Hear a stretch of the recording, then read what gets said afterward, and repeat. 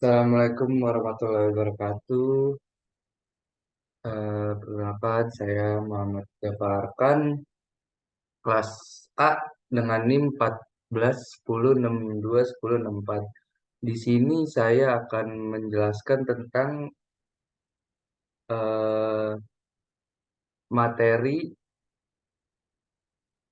tentang aktivitas program psikodukasi untuk meningkatkan self esteem mahasiswa ilmu komunikasi UNJ.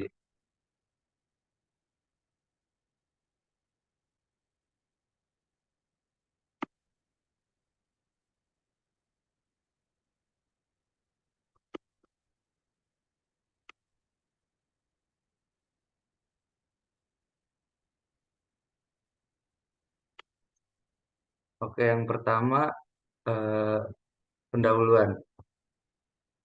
1.1 latar belakang. Dalam kehidupan sehari-hari, manusia selalu dihadapkan pada beragam masalah dinamika kehidupan masyarakat saat ini memunculkan beragam masalah yang kompleks bagi setiap individu.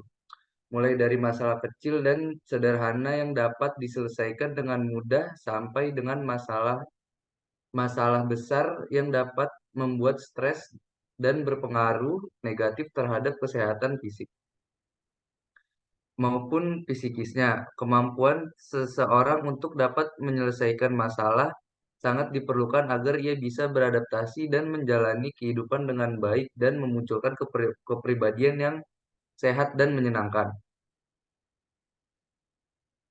Dalam membangun identitas dirinya, mahasiswa akan membutuhkan penghargaan, baik yang datang dari dirinya sendiri maupun penghargaan yang didapatkan dari orang lain atau menggunakan istilah Abraham Maslow, self-esteem net.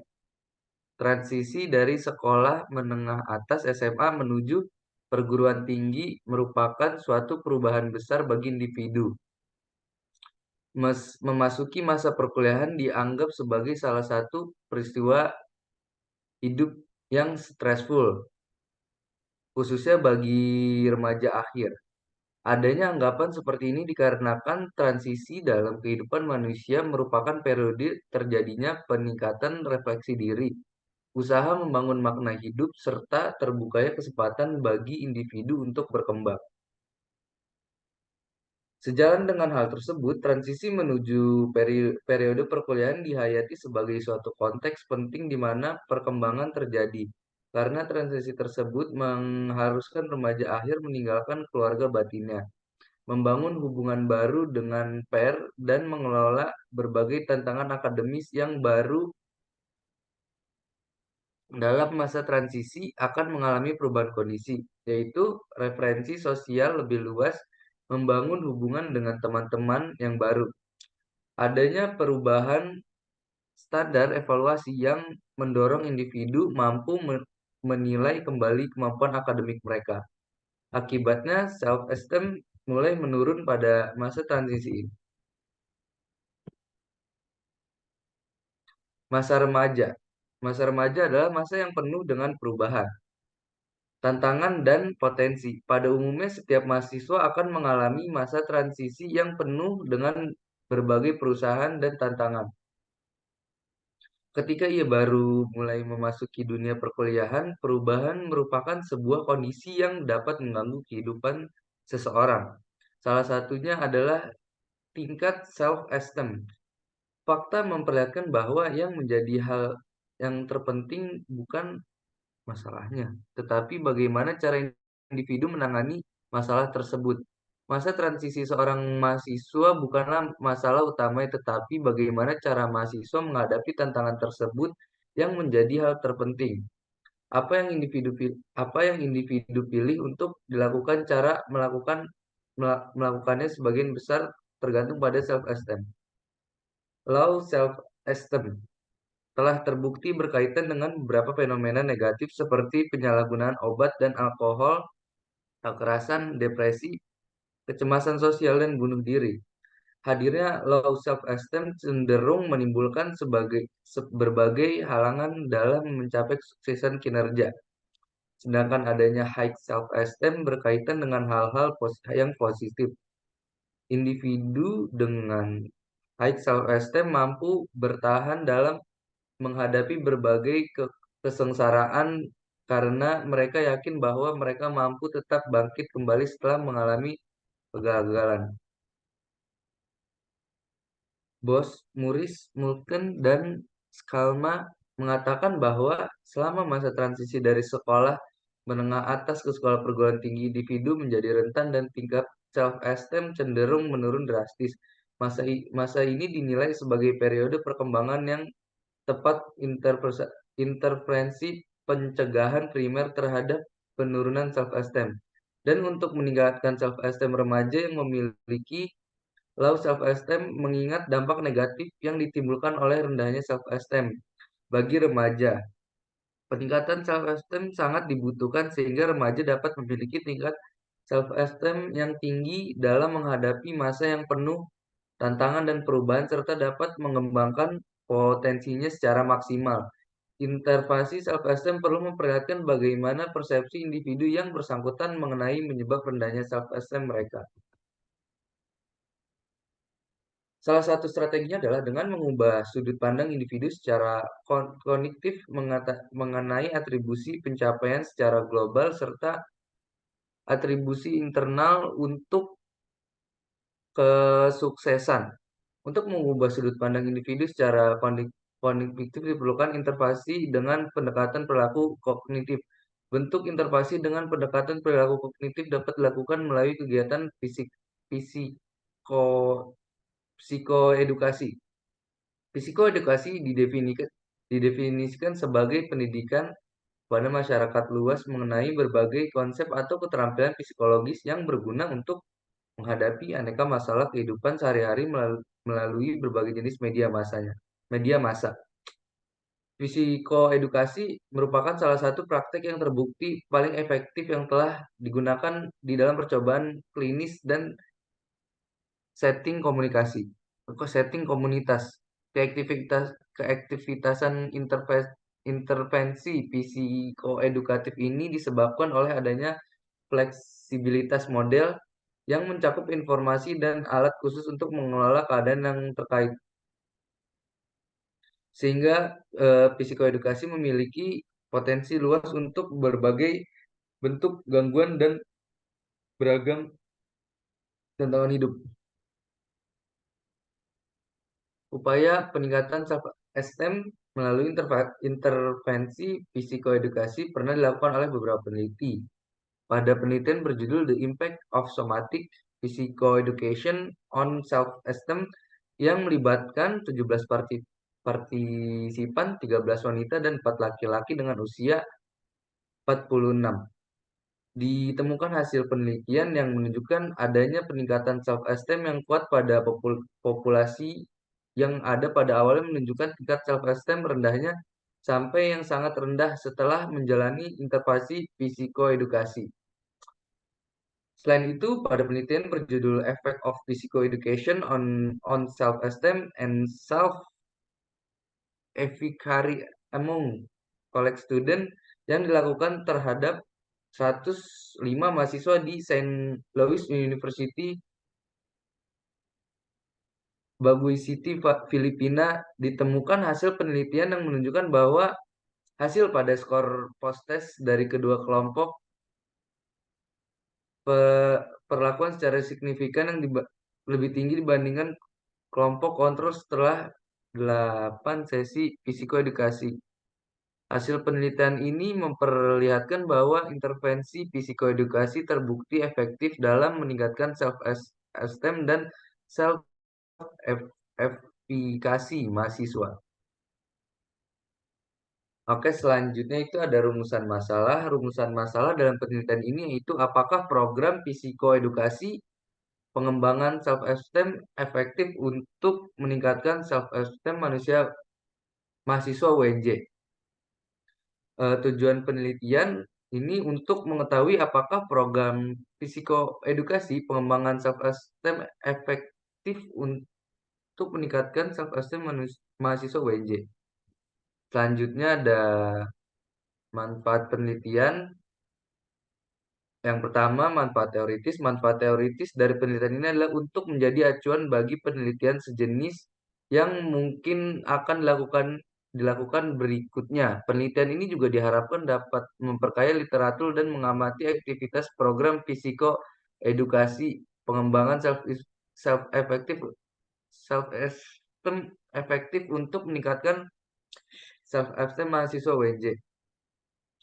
Yang kedua, manfaat praktis. Secara praktis, manfaat dari penelitian ini adalah dapat membantu para mahasiswa yang sedang mengalami masalah berupa low self-esteem saat ini menjalani proses penyesuaian diri di perguruan tinggi. Penelitian diharapkan dapat membantu mahasiswa untuk menyesuaikan diri dengan lebih baik. Oke, selanjutnya bab kedua ada landasan teori. Definisi konseptual. Definisi konseptual merupakan batasan terhadap masalah-masalah variabel yang dijadikan pedoman dalam penelitian sehingga akan memudahkan dalam mengoperasionalkannya di lapangan.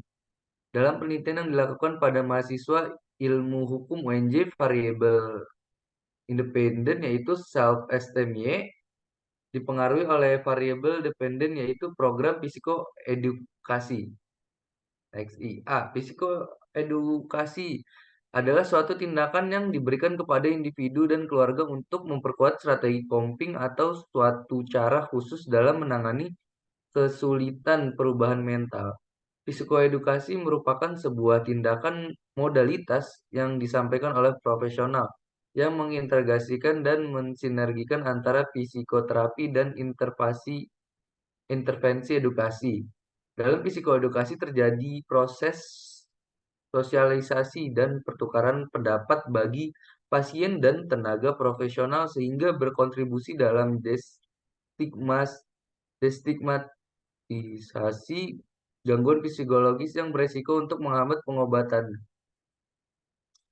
Psikoedu- Psikoedukasi dapat dilakukan sebagai tempat pada berbagai kelompok atau rumah tangga. Tindakan psikoedukasi memiliki media berupa catatan seperti poster, booklet, leaf- leaflet, video, dan berupa eksplorasi yang diperlukan proses pemberian psikoedukasi yang sangat diperlukan kehadiran keluarga seperti kunci keberhasilan intervensi perawat dapat membangun hubungan saling percaya agar dapat melakukan pengkajian yang tepat dan memberikan pengertian terhadap keluarga.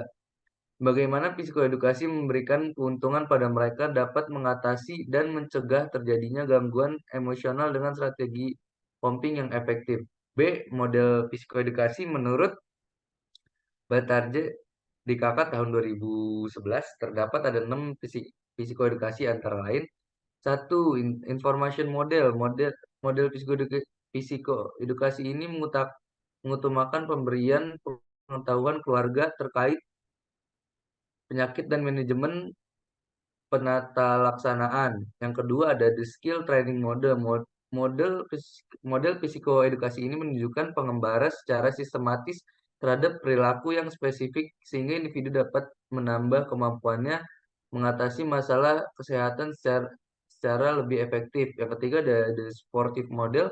Model psikoedukasi ini merupakan suatu model pendekatan dengan memberi dukungan pada klien maupun keluarga untuk berbagi perasaan dan pengalaman. Tujuan utama dari model ini adalah meningkatkan kapasitas emosional klien dan keluarga sehingga dapat menunjukkan coping yang positif. Jadi tujuan tujuan psikoedukasi. Tujuan dari psikoedukasi ini menambah pengetahuan bagi individu dan keluarga sehingga diharapkan dapat menurunkan tingkat kecemasan dan meningkatkan fungsi keluarga. Intervensi psikoedukasi ini diharapkan dapat meningkatkan pencapaian pengetahuan individu tentang penyakit, mengajarkan bagaimana teknik pengajaran dalam upaya membantu mereka melindungi individu dengan mengetahui gejala-gejala perilaku dan mendukung individu. Program edukasi adalah suatu rangkaian kegiatan psikoedukasi untuk membantu klien, sasaran atau partisipan mengembangkan satu atau serangkaian keterampilan hidup tertentu. Selanjutnya D, ada self esteem. Self esteem adalah penilaian individu terhadap kehormatan diri melalui sikap terhadap dirinya sendiri yang sifatnya implisit dan menggambarkan sejauh mana individu tersebut menilai diri berdasarkan evaluasi diri secara keseluruhan sebagai orang yang memiliki kemampuan kompeten. Self-esteem memiliki indikator negatif seperti merendahkan orang lain dengan cara mengejek, melakukan sentuhan tidak pada tempatnya, membiarkan kesalahan terjadi, menyombongkan prestasi, merendahkan dirinya sendiri, dan berbicara kasar.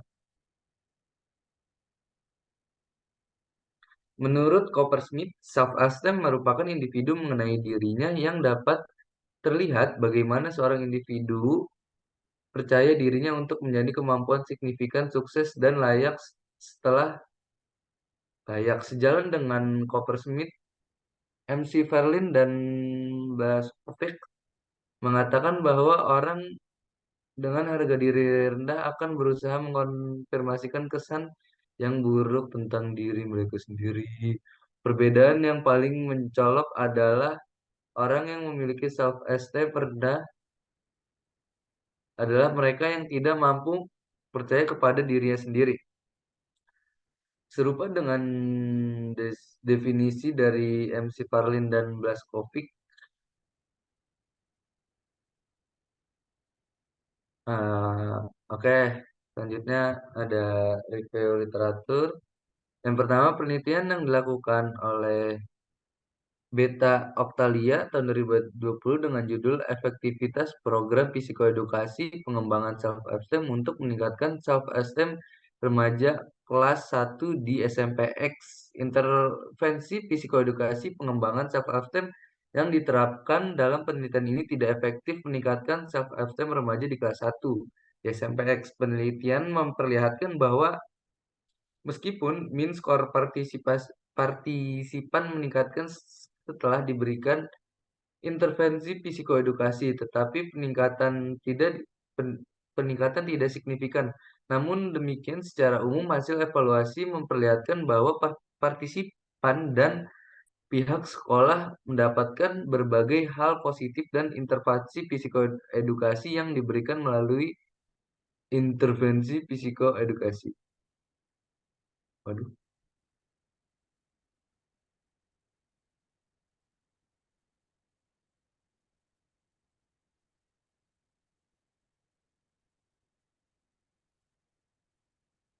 Selanjutnya, yang kedua, penelitian yang dilakukan oleh Dian Ulfa tahun 2016 dengan judul Efektivitas Pelatihan Harga Diri dengan Metode Instruksi Diri untuk Meningkatkan Kepercayaan Diri pada siswa BBRSBD Surakarta.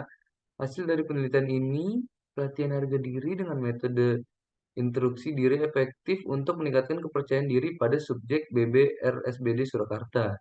Ketiga, penelitian yang dilakukan oleh Rani Agustin tahun 2016 dengan judul Pengaruh Terapi Psikoedukasi Keluarga Terhadap Harga Diri Rendah dan Beban Keluarga dengan Anak Retardasi Mental. Hasil penelitian menunjukkan bahwa adanya pengaruh terapi psikoedukasi keluarga terhadap penuturan penurunan beban dan peningkatan harga diri pada keluarga dengan anak retardasi mental.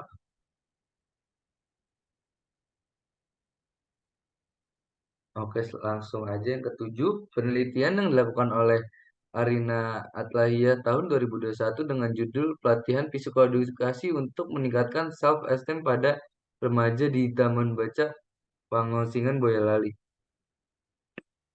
Program ini menggunakan desain eksperimen dengan melakukan pretest dan post-test pada remaja dengan rentan usia 16 sampai 23 tahun.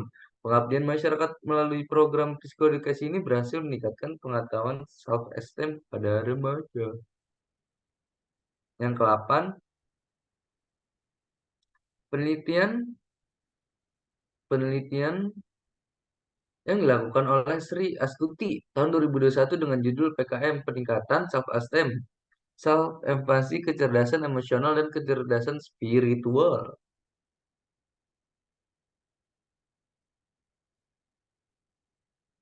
Ini kecerdasan spiritual.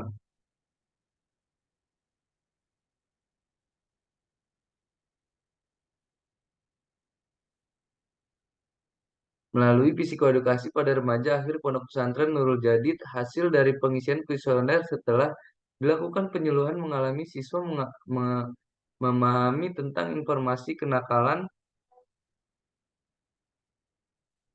remaja dan dampak atau akibat dari kenakalan remaja.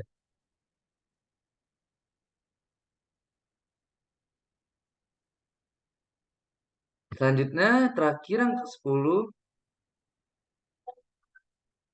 ada penelitian yang dilakukan oleh Sharon Yen tahun 2021 dengan judul Psikoedukasi Bullying untuk meningkatkan efikasi guru SMA dalam menangani bullying. Hasil penelitian yang diperoleh adalah guru Heng Kesturi memiliki self efikasi yang rendah dan adanya peningkatan self efikasi setelah guru sekolah Hang Kesturi diberi psikoedukasi tentang bullying. Hasil penelitian membuktikan bahwa sebelum dan sesudah diberikan psikoedukasi ada perbedaan self-efficacy. Selanjutnya ada metode penelitian. Pada penelitian ini, peneliti mencoba menyampaikan efektivitas program psikoedukasi untuk meningkatkan self-esteem mahasiswa ilmu komunikasi UNJ. Berdasarkan paparan di atas, dapat digambarkan sebuah bangunan bangunan mempermudah peneliti dalam meneliti aktivitas program psikoedukasi untuk meningkatkan self-esteem mahasiswa ilmu komunikasi UNJ. Bagan yang peneliti paparkan sebagai berikut.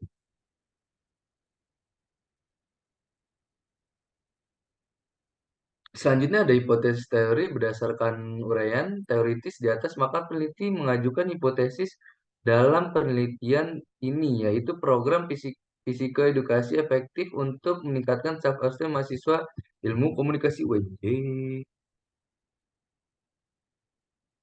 Selanjutnya ada bab 3, metode penelitian.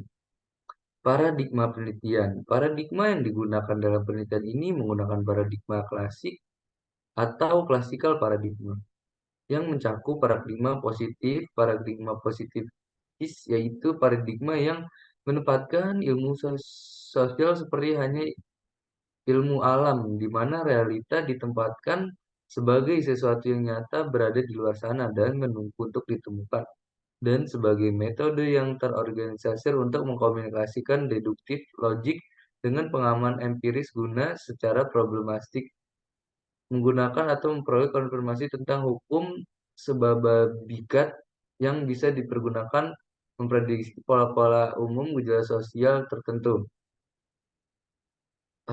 Paradigma ini memiliki pemikiran bahwa tujuan utama sebuah penelitian adalah self-explanation untuk menentukan mendokumentasikan hukum universal. Paradigma positif bertujuan untuk menemukan penjelasan ilmiah mengenai hukum sebab akibat sehingga manusia dapat memprediksi atau mengontrol peristiwa. Paradigma ini melihat bahwa ada realitas yang nyata dan secara stabil mengikuti pola yang telah ada atau beruntun sehingga bisa diprediksi.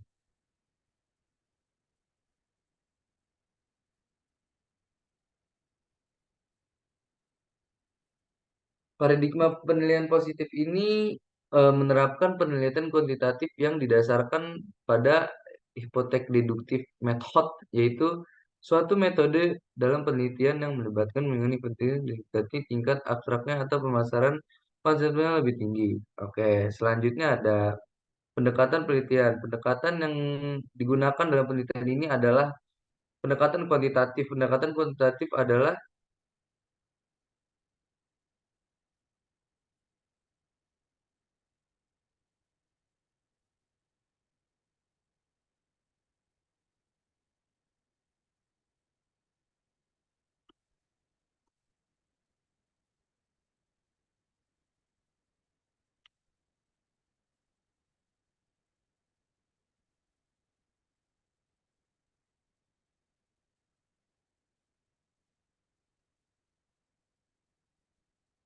Oke, selanjutnya ada operasionalisasi konsep menurut Sugiono adalah bentukan kontrak atau sifat yang dipelajari sehingga menjadi variabel dan mengoperasikan kontrak sehingga kemungkinan bagi peneliti yang untuk melakukan replikasi dan pengukuran. Wah, peneliti yang melakukan replikasi pengukuran dengan cara yang sama atau mengembangkan cara pengukuran kontrak yang lebih baik. Berikut adalah tabel operasional konsep yang akan diteliti. Nah, ini tabelnya. Silakan.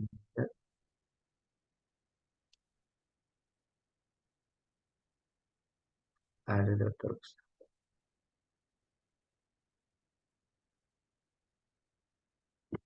Oke, mungkin segitu saja materi yang saya paparkan.